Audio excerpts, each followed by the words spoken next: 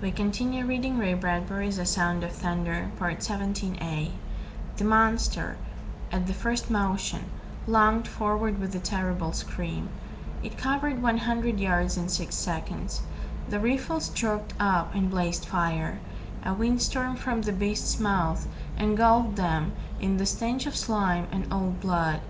The monster reared, teeth glittering with sun.